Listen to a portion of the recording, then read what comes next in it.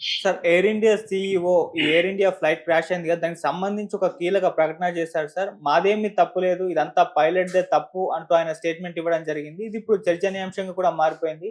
So, అసలు ఏం ప్రకటన ఇచ్చాడు? నిజంగా పైలట్‌దే తప్పుందా? అసలు ఎయిర్ ఇండియాది ఎటువంటి తప్పు లేదా? మరి ఇప్పటివరకైతే ఇన్వెస్టిగేషన్ జరుగుతుంది కదా!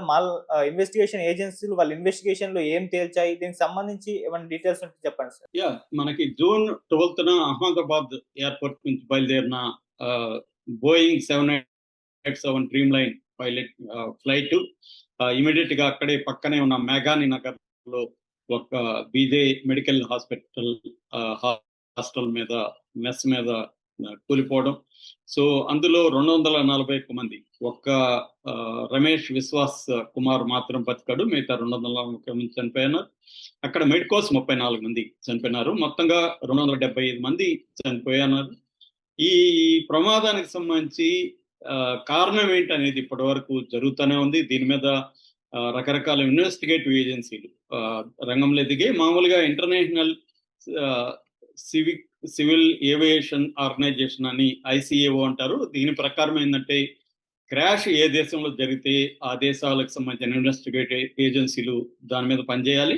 అట్లాగే ఆ ఫ్లైట్ ఏ దేశం కంపెనీ ఏ దేశంలో ఉంటే ఆ కంపెనీ ఉన్న దేశంలో ఉండే ఇన్వెస్టిగేటివ్ ఏజెన్సీలు కూడా పనిచేయాల్సి ఉంటుంది. అలాగా మన దేశానికి సంబంధించి దీంట్లో ఇన్వెస్టిగేటివ్ ఏజెన్సీ అంటే air craft accident investigation bureau అంటారు. ఈ ఏఐబి రంగంలోకి దిగింది.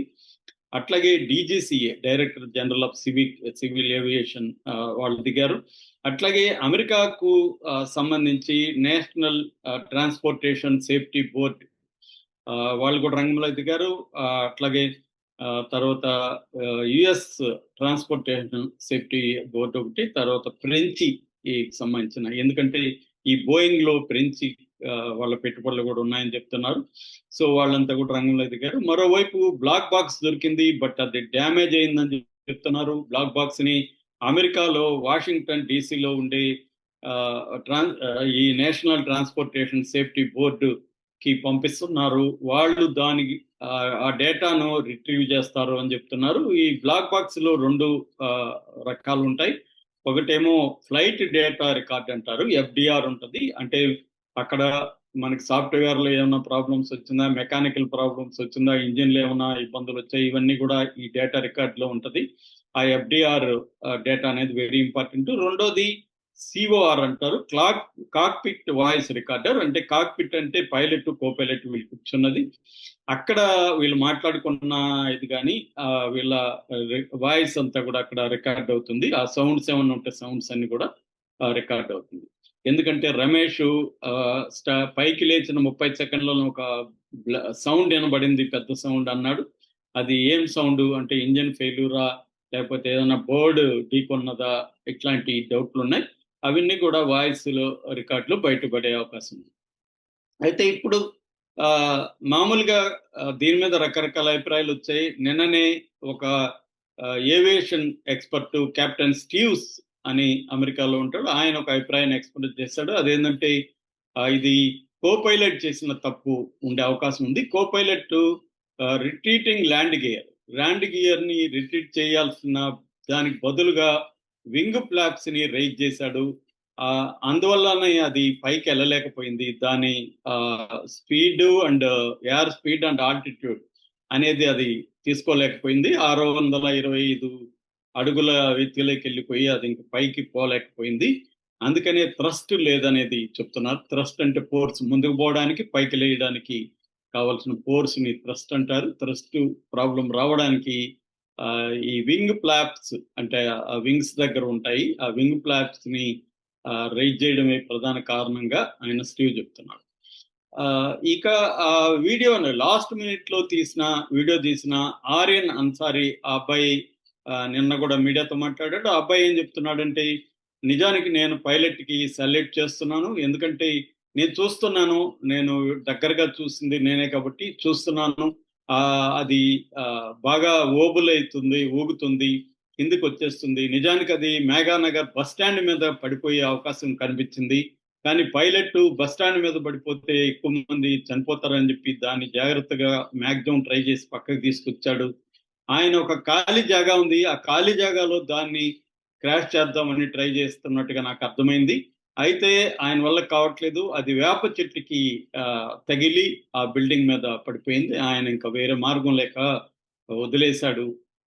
ఆయన ఆ బస్ స్టాండ్ మీద కానీ, అక్కడ స్లమ్ ఉంది, స్లమ్ మీద కానీ అది కానీ క్రాష్ అయింటే ఇంకా వందలాది మంది చనిపోయేవాళ్ళు. ఆయన మ్యాక్సిమం ట్రై చేశాడు ఖాళీ జగాలో ఇది అనేది ఆ అబ్బాయి కూడా చెప్తున్నాడు. చాలా మంది ఎక్స్పీరియన్స్డ్ పైలట్లు కూడా ఇదే విషయాన్ని చెప్పాడు. నిజానికి పైలట్ ఆ ఏరియాని పరిశీలిస్తే మనం జనావాసాల మీద మ్యాక్సిమం అవాయిడ్ చేసుకుంటూ వచ్చాడు, కానీ ఆయన వల్ల కాలేదు అనేది చాలా మంది ఎక్స్పీరియన్స్డ్ పైలట్లు కూడా చెప్పారు. ఈ నేపథ్యంలో ఫస్ట్ టైం ఎయిర్ ఇండియా తరఫున అప్సిల్ వాయిస్ బయటకు వచ్చింది. ఈ ఫ్లైయర్స్ కి ఒక లేఖ రాశారు CEO come MD, chief executive officer and managing director air India Campbell Wilson ఆయన పేరు. ఆయన ఒక లెటర్ విడుదల చేశాడు. అదేంటంటే ఇంటర్నేషనల్ ఫ్లైట్స్ దాదాపు 83 ఫ్లైట్స్, అంటే మొత్తం వాళ్ళ ఫ్లైట్స్ లో 15% ఫ్లైట్స్ ని జూలై 20 వరకు మేము క్యాన్సిల్ చేస్తున్నాము. దీనికి ప్రధానంగా 2 కారణాలు. ఒకటి సేఫ్టీ చెక్, మా విమానాలు మొత్తం DGCA director general of civil aviation వాళ్ళ ఆధ్వర్యంలో సేఫ్టీ చెక్స్ చేస్తున్నాం, చాలా వరకు కంప్లీట్ అయినాయి, ఇంకా చాలా ఉన్నాయి, అందువల్ల అదొక కారణం. అయితే 2, ఈ ఇరాన్ ఇజ్రాయెల్ మధ్య ఉన్న వార్ జరుగుతుంది కాబట్టి చాలా దేశాలకు సంబంధించి ఎయిర్ స్పేస్ రిస్ట్రిక్షన్స్ పెట్టారు, middle east, south, west Asia ఇవన్నీ. సో అందువల్ల కూడా మేము క్యాన్సిల్ చేస్తున్నాము అనేది ఆయన చెప్పాడు. దాంతోపాటు ఈ ఆయన విమానం మీద వచ్చిన విమర్శలకు కూడా ఆయన సమాధానం చెప్పాడు. అందులో ప్రధానంగా ఏంటంటే మా ఇంజన్స్ 2 ఇంజన్స్ కూడా పర్ఫెక్ట్ గా ఉన్నాయి. మేము రైట్ ఇంజన్ ని మొన్న మార్చిలో 2025 మార్చిలో కంప్లీట్ గా ఓవరాలింగ్ చేశాము, అది పర్ఫెక్ట్ గా ఉంది. లెఫ్ట్ ఇంజన్ ని ఏప్రిల్లో చేసాం, అంటే మార్చి ఏప్రిల్లో మేము 2 ఇంజన్స్ కూడా చేసాము. అట్లాగే మొత్తంగా కంప్లీట్ మెయింటెనెన్స్ సంబంధించిన మేజర్ చెకింగ్ అనేది జూన్ 2023లో చేసాము. దాని తర్వాత నెక్స్ట్ షెడ్యూల్ డిసెంబర్ 2025లో ఉంది. అంటే మాది పర్ఫెక్ట్ గా ఉంది, మెయింటెనెన్స్ బాగుంది, కోఆర్డినేషన్ ప్రాబ్లం లేదు, కాబట్టి మా వైపు నుంచి ఎటువంటి తప్పు లేదు అనేది ఆయన ప్రకటించాడు. అంటే వీళ్ళ వైపు నుంచి తప్పు లేదంటే ఇంకా 2 రకాల తప్పులు ఉండాలి. ఒకటి బర్డ్ లాంటిది ఏమన్నా ఢీకొని ఉండాలి, 2 పైలట్ ఇది తప్పు ఉండాలి. పైలట్ ఇందాక కెప్టెన్ స్టీవ్ చెప్పినట్టుగా పైలట్ కానీ కో పైలట్ కానీ ఇటువంటి తప్పులు ఏమన్నా చేసి ఉండాలి. అది కూడా చాలా మంది సీనియర్ పైలట్లు కూడా అటువంటి జరిగే అవకాశం ఉంది. ఒక్కొక్కసారి పైలట్ ఒకటి చేయబోయి ఇంకోటి చేస్తే ఆ ప్రాబ్లం జరిగే అవకాశం ఉంది అంటున్నారు. కాకపోతే పైలట్ సుమిత్ సబర్వాల్ దాదాపు 10,000 గంటల ఎక్స్పీరియన్స్ ఉందని కూడా క్యాంప్బెల్ చెప్పాడు. అట్లాగే క్లైవ్ కొందరికి కూడా 3,400 గంటల ఎక్స్పీరియన్స్ ఉందని చెప్పాడు. అయినప్పటికీ కూడా ఒక్కొక్కసారి పొరపాటున కో పైలట్ ఇలాంటి తప్పులు చేసే అవకాశాలు ఉంది. ఒకసారి తప్పు జరిగినాక చిన్నదే కానీ అది డివాస్టేటింగ్ గా ఉంటది అనేది ఈ కెప్టెన్ స్టీవ్ లాంటి వాళ్ళు చెప్తున్నారు అనమాట. సో ఈయన పైలట్ తప్పని ఎక్కడ ఈయన సిఇఓ క్యాంప్బెల్ చెప్పలేదు. కానీ మాది తప్పులేదంటే అర్థం ఏంటి? పక్షి అయినా ఢీకొని ఉండాలి, లేకపోతే పైలట్ అయినా తప్పు చేసి ఉండాలి. సో ఇవి తెలియాలంటే ఇన్వెస్టిగేటివ్ ఏజెన్సీలు ఇంకా మొత్తం ఇన్వెస్టిగేషన్ కంప్లీట్ చేయాలి. బ్లాక్ బాక్స్ ని డేటాని కంప్లీట్ గా రిట్రీవ్ చేసి ఆ డేటాని విశ్లేషించి అనలైజ్ చేసి దాని నుంచి ఏం గ్రహించాలనేది చూడాలి.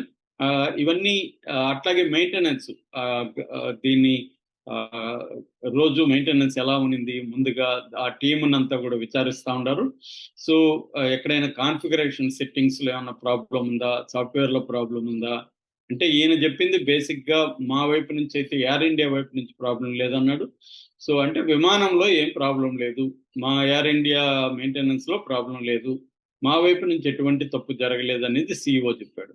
ఇంకా ఇది ఈయన చెప్పినంత మాత్రాన అది కరెక్ట్ అవ్వదు, ఇన్వెస్టిగేటివ్ ఏజెన్సీలే తేల్చాలి ఫైనల్ గా. సో ఏం జరుగుతుంది అనేది మనం చూడాలి, ఎవరి వైపు తప్పు ఉందనేది ఇన్వెస్టిగేషన్స్ బయట వచ్చినాక కానీ నిర్దిష్టంగా మనకి కాంక్రీట్ గా బయటకు రాదు. Okay sir, thank you so much.